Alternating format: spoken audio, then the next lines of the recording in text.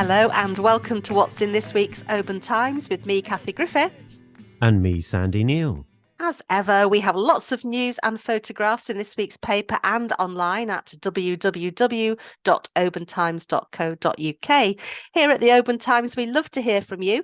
You can call us with your stories on 01631 568 000. Email us at editor@obantimes.co.uk or drop us a message on Facebook, Instagram or Twitter. You can also send us your photos. So, Sandy, what stories have you got for us this week? Well, thank you very much, Kathy. Well, today is the 100th day this year that the peninsulas of Morven and Ardnamurchan, and indeed the Isle of Mull, have had no Corran ferry carrying vehicles across Loch Linnhe. They continue to count the cost, with a business closing down and challenges for next month's Mull Rally, which organisers are confident they can overcome. Loch Orr could be surrounded by 11 mega renewable energy projects, totting up 150 wind turbines so far, with more emerging every month. Hawick and Kilcrennan Community Council heard this week. As Birmingham City Council has declared bankruptcy, it has emerged Argyll and Bute Council has invested £20 million in two UK local authorities that have also declared themselves bankrupt. Will Argyll and Bute Council get its money back? You can find out in this week's Oban Times. Isla is grinding to a halt after an outrageous CalMac cut, reducing its ferries from 2 to 1 for a month, the island's ferry committee says.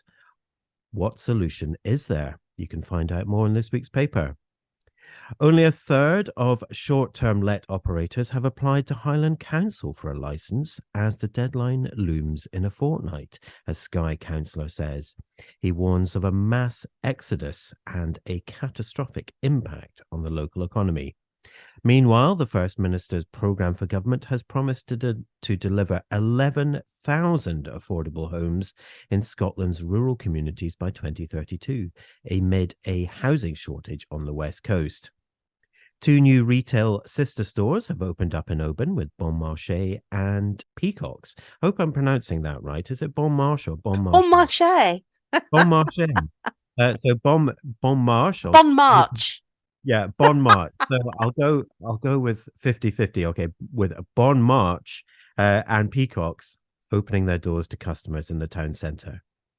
Two swimming pals with a combined age of 148 years have completed a daring challenge to swim across the Corryvreckan, which, to remind you, dear listeners, is the world's third largest whirlpool. And a chance find on a beach on Ulva changed the life of a man who moved to the island, setting him on a mission to untangle knotty problems. Kathy, what have you got for us? Okay, well, I don't know if you've got anything planned for Saturday night, Sandy, but how about going to a film premiere night right here in Oban? Hope Kitchen's rolling out the red carpet at the Corran Halls to screen Nourish to Flourish. That's a short film celebrating all the people who make the Sorrowborough Road charity what it is, as well as shining a spotlight on all its work from feeding people to organising beach cleans. The movie is also going to be revealing plans that the charity has for its future. It's a film that's been shot by Eyeglass, and that's an arts and filmmaking community interest company. The film itself starts up at 6:30, and it also includes a hot meal and a quiz night to follow. The quiz starts at 7:30, and you can enter teams of up to 6. Great entertainment, and it's £10 a ticket.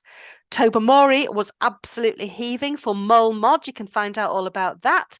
Oban's community-run Phoenix Cinema has its Festival of the Outdoors coming up, and apparently you don't have to be an outdoorsy type to go along and enjoy this. There's 6 films, there's romances, there's drama, there's documents, there's a film about a man who actually made a dress out of stinging nettles. inspired by his lovely wife who'd passed away. So there's all sorts of things going on. So check that out. What else have we got for you? Oh, yes. So taxi drivers at the Oban rank have been calling on the council to give way to their demands for more signs to reroute lost passengers to their temporary rank next to the Premier Inn when events take over Station Square space. But we've got good news because the council is listening, and it has said that they're going to make sure that when these big events are on Station Square and the taxi ranks shunted to the neighbouring street, they're going to make sure there's lots of signs up. So result, that's great. And of course, we've also got an action-packed sports roundup for you as well. Just a quick question, Kathy. Yes. Why would you make clothes out of stinging nettles? Do we know? Is there an answer? It's all about, I would say, some kind of sustainability here. I'm going to bluff now, but no, I think, it's looking at what you've got on your doorstep, that you can actually make something beautiful out of something maybe that people think, ouch. Does that explain it? It certainly does. Right. Okay. And that almost, makes it sensible. Go and watch the film. It'll explain it all. It actually sounds really interesting. Loads of really good films there. So check it out on their website and see what's coming up. That sounds great, Kathy. Thank you very much. Well, you can read all the stories we have mentioned and more at www.obantimes.co.uk or by picking up a paper in local shops and petrol stations. And don't forget, if you have a story, please get in touch. You can call us on 01631 568 000, or you can email editor@obantimes.co.uk, or you can message us on our social media platforms. Well, that's it from us this week. So it's goodbye from me, Kathy Griffiths. And it's goodbye from me, Sandy Neal. Bye. I'm off to find some nettles. Good luck. See what I can make for you, Sandy. Thank you, Kathy. Bye. Bye.